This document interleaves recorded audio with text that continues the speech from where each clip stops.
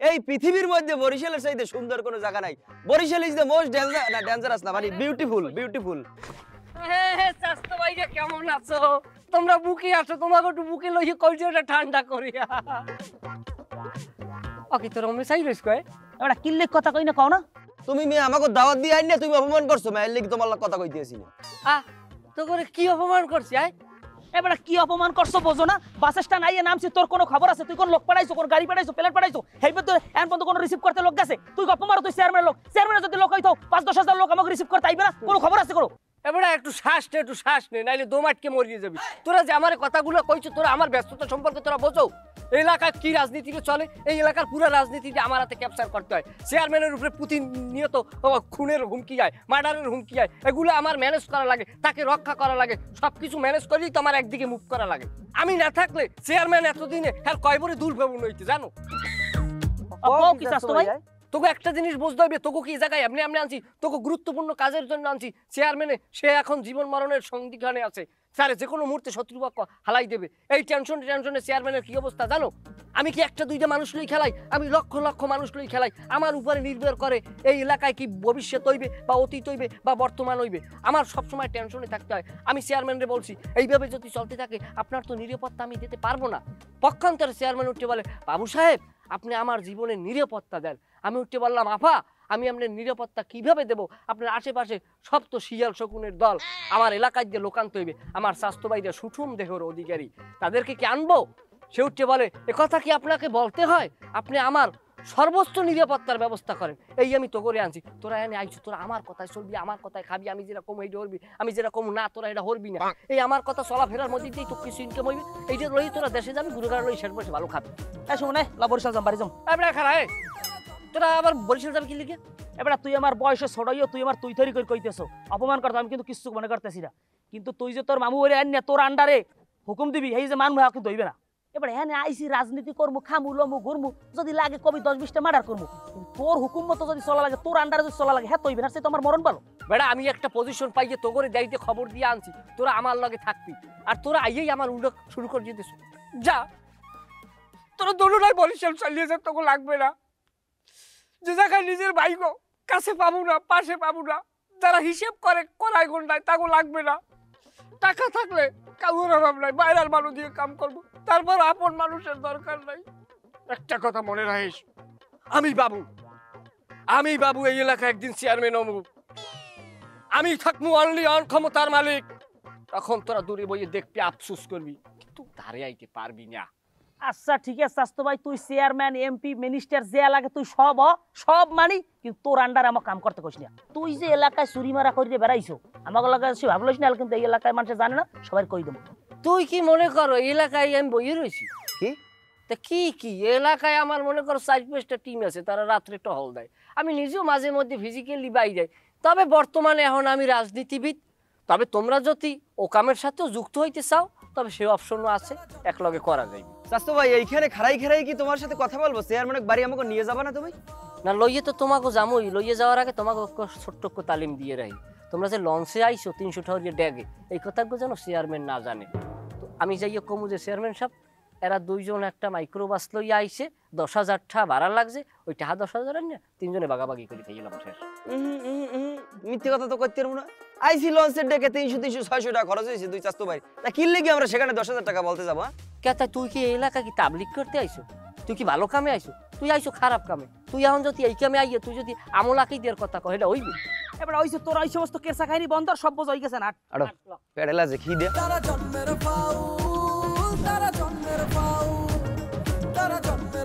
কি আর কমো, গ্রামের মধ্যে আমার একলা পায়ে বাবু আর মালিক আমার যাতা কইছে, আমার অপমান করছে। বাবু তো আমার গায়ে রীতিমতো হাত তুলছে। দেখছাস হালার যে পানিতে ফালাইলাম, তাও আর শিক্ষা হয় নাই। ও মামা, আমি তো তোর কুইতে ভুলে গেছি, আমরা ওর পানিতে পালাইছি না, আর ও পুরো গ্রাম আমগো নামে অপপ্রচার চালাইতেছে, আমরা নাকি ওর মাথা ফাটাই দিছি। বেন্ডির পোলা কত ওর মিজা কথা কইলো। আর এবার ঠিকই তো কইছে, ওর মাথা তো আমরা ফাটাই নাই, কিন্তু ফাটামু। ও যেহেতু মানুষজনের কইছে যে ওর মাথা আমরা ফাটাইছি, তার মানে তোর মাথা না ফাটাই আমরা দোষী, তাই দেখা হইলি মাথাটা ফাটাই দিই। ফাটাতে হইব না, ও আমার যে অপমানটি করছে ওর হাত পা ভাঙ্গে হুইলচেয়ারে বসাতে হইব। আচ্ছা শোন, বাবুর কথা বাদ দে, বাবুরটা পরে দেখতাছি। সালমান কই রে? সালমান তো কালকে থেকে দেখতেছি না। সালমানে দেখছিস তোরা? কে?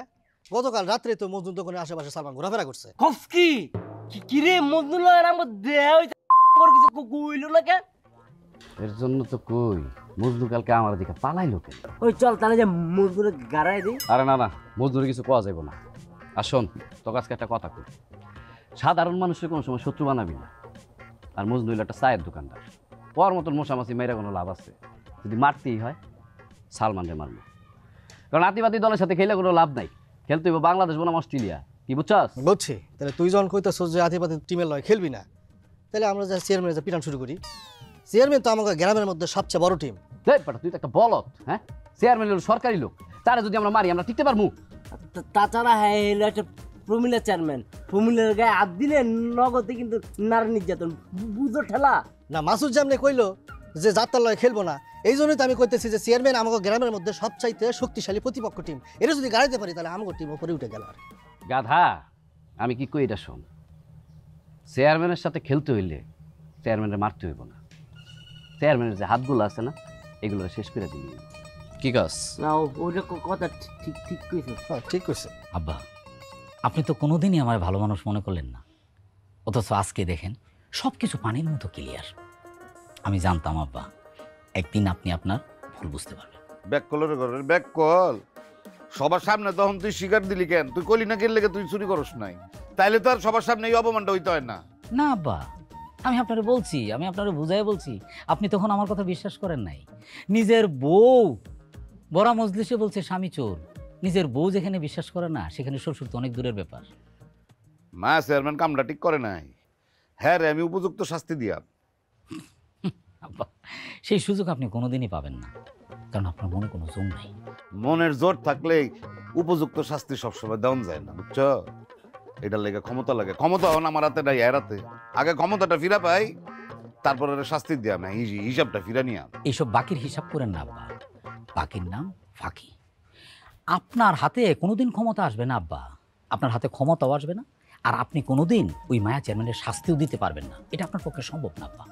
আব্বা, এলাকার মানুষজনকে বুঝান, মানুষের বুঝান, জনমত গড়ে তোলেন, বিদ্রোহী করে তোলেন আব্বা। এখন মায়া চেয়ারম্যানের বিপক্ষে অলরেডি মানুষজন কথা বলা শুরু করছে। আপনি জাস্ট আগুনের মধ্যে ঘি ঢালিয়ে দেন, দেখবেন খেলা জমে গেছে। তুমি বাড়ি যাবে কবে? আব্বা, কিসের মধ্যে কি ঢুকাই দিলেন? আমি তো বাড়িতেই আছি। কার বাড়িতে আছো?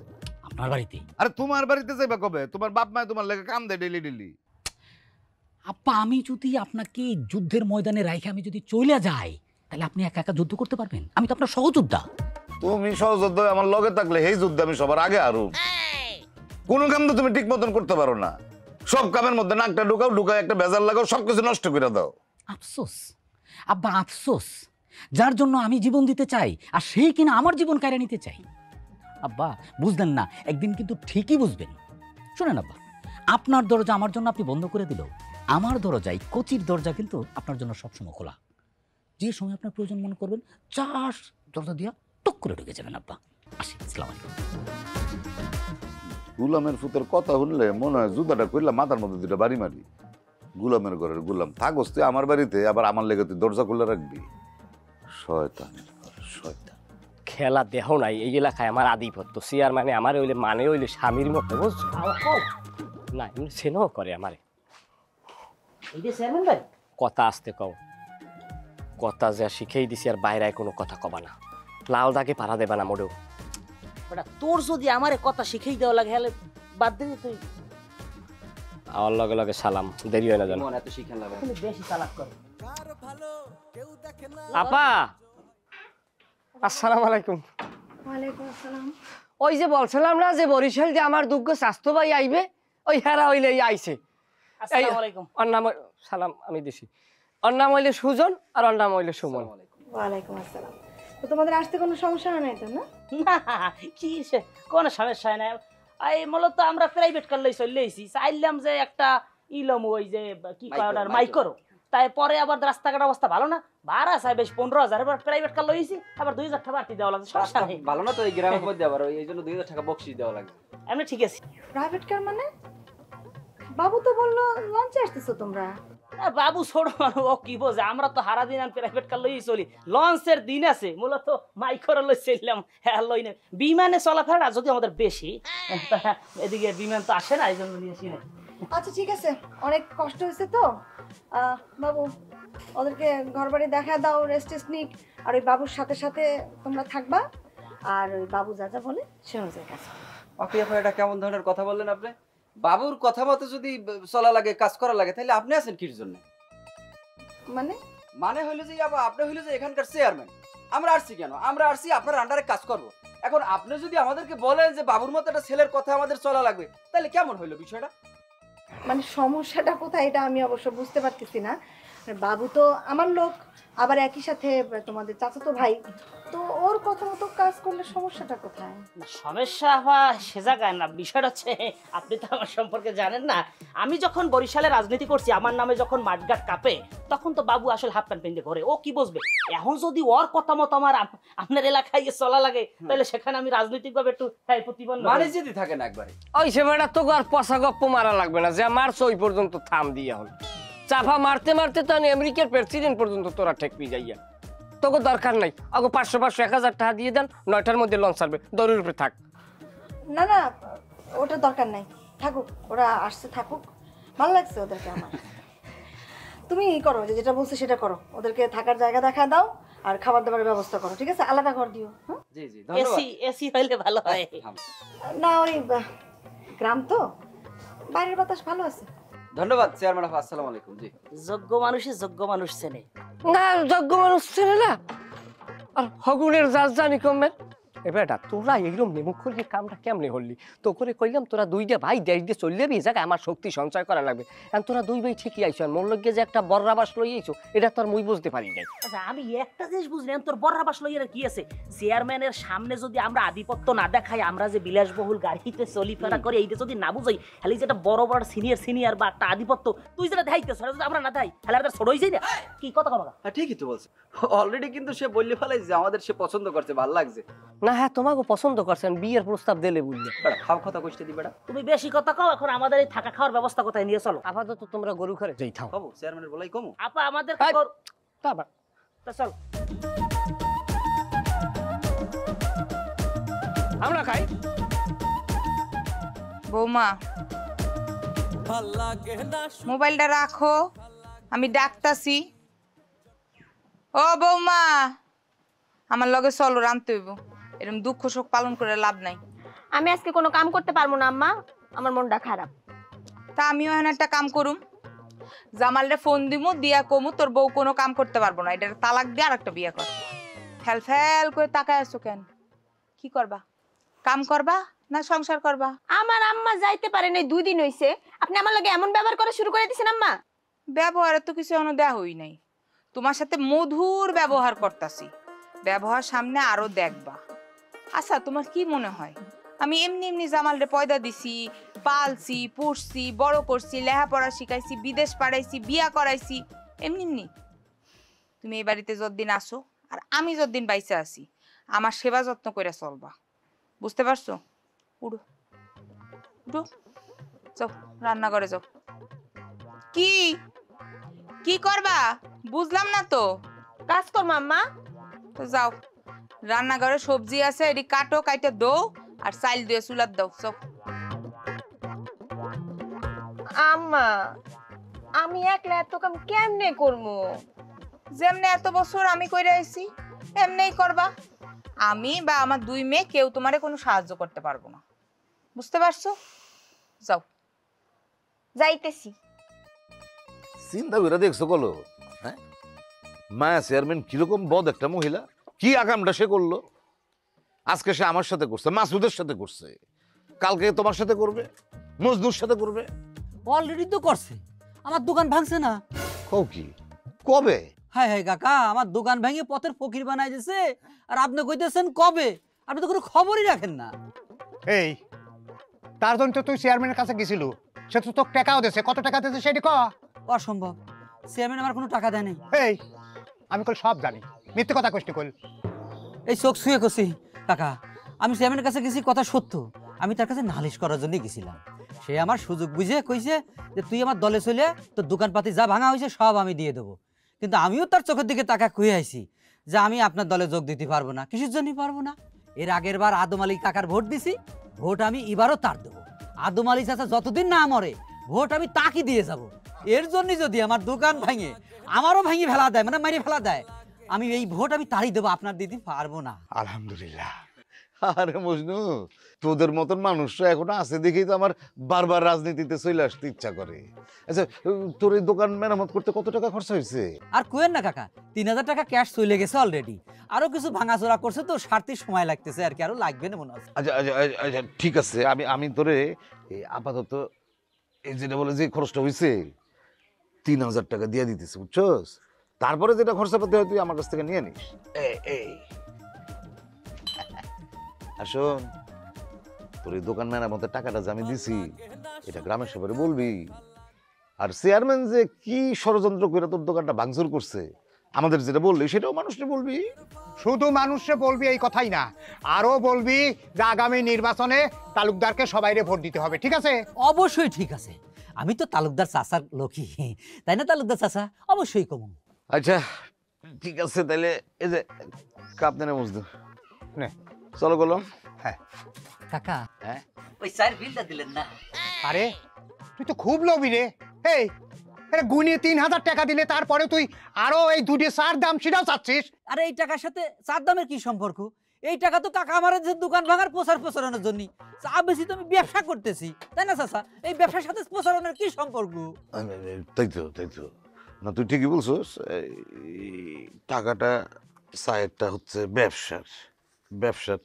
ব্যবসার সাথে মিট। ধন্যবাদ চাচা, মনে রাখবেন। তবে শোন, তুই যে বললি না ব্যবসার সাথে প্রচারণার কি সম্পর্ক আছে? গভীর সম্পর্ক আছে। মনে কর যে ব্যবসার প্রচারণা হইলো আপন মায়ের পেটের দুই ভাই, বুঝতে পারছিস? বুঝলাম না।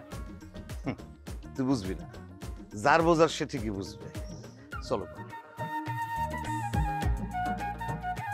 তেরি ঝলক শরফি শিবলি। এবারে খারায় সেই দেখ মেস আছে তোর দারে। হ্যাঁ মেস আছে। ম্যাচ দিয়ে কি করবেন? ম্যাচ দিয়ে কি করবো? তোর দরকার আছে? বড় ভাই ম্যাচ চাইছে, ম্যাচ থাকলে দিবি, নাইলে ভোট বেড়া। ম্যাচ দিয়ে করবেন কি? ম্যাচ দিয়ে দুই ভাই খামু, তোর সমস্যা আছে কোনো? দুই ভাই খাইবেন এক লগে? দুই ভাই এক লগে না, খালি পুরো পরিবার লই খামু, তোর কোনো সমস্যা আছে এতে? আচ্ছা ভাই, আপনাকে তো এর আগে এই গ্রামে দেই নাই, আপনারা কি নতুন না কই থেকে আইছেন? এ বেটা ফাজিল, আমরা কের দের আইছি, কি লেগে গেছি, কম বেশি এই হিসাব কি তোরে দেমু? বরিশালের লোকজন কাট হিসাব দিয়ে চলে না। এবারে শুন না, খারাই রইছ কারেন্ট এসে দুইটা থাবর মার মারি ওটা মোবাইল মারি।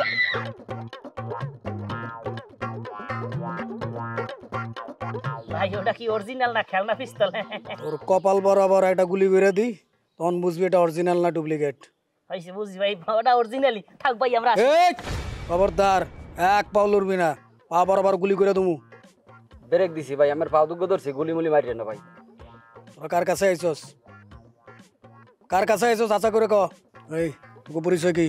আমি সুজন। আমি সুমন, কাম ফ্রম আগলজরা, বরিশাল। আমরা বাবুর দারে আইছি। বাবু বাবু যে বাবু আমাকে ভাই চাস্তো ভাই।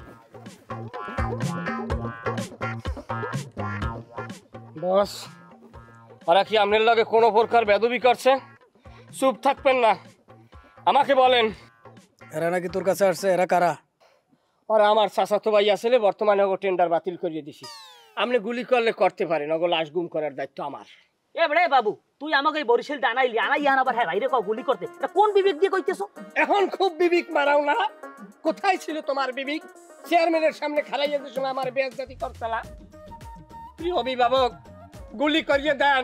চাচাতো ভাই, আমাকে মাফ করে দাও, আমাকে ভুল হয়ে গেছে, আমাকে জীবন আর এরকম হইবে না। আমরা বসের সাথে না বুঝে ভুল করে ফেলাইছি। সুমন, তুমি মাপ চাইতেছো, সুজন কিন্তু কোনো প্রকার মাপ চাইতেছে না। আচ্ছা আমিও মাপ চাইলাম, সরি বলেছে। বাবু তো করে মাফ করলে কি হয়েছে? আমি তো করে মাফ করুম না। আমার লগে তোরা বেয়াদবি করছস, তো করে আমি এখন গুলি করুম। প্রিয় অভিভাবক, অগরে ক্ষমা করিয়ে দেন। যেহেতু চেয়ারম্যানে অগরে ডাকছে, কথা বলবে, আপনি একটু ক্ষান্ত হন। ঠিক আছে, ওগরে ক্ষমা করে দিলাম, তোরে গুলি করুম।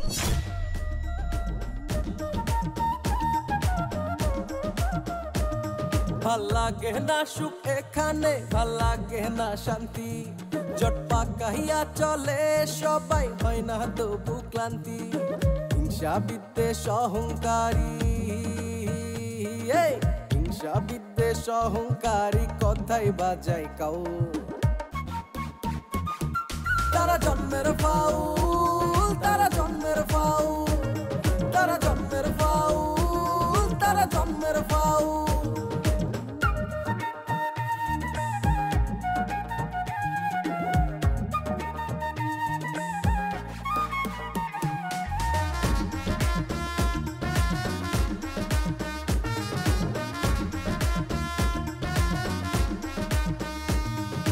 কার ভালো কেউ দেখে না সহ্য হয় না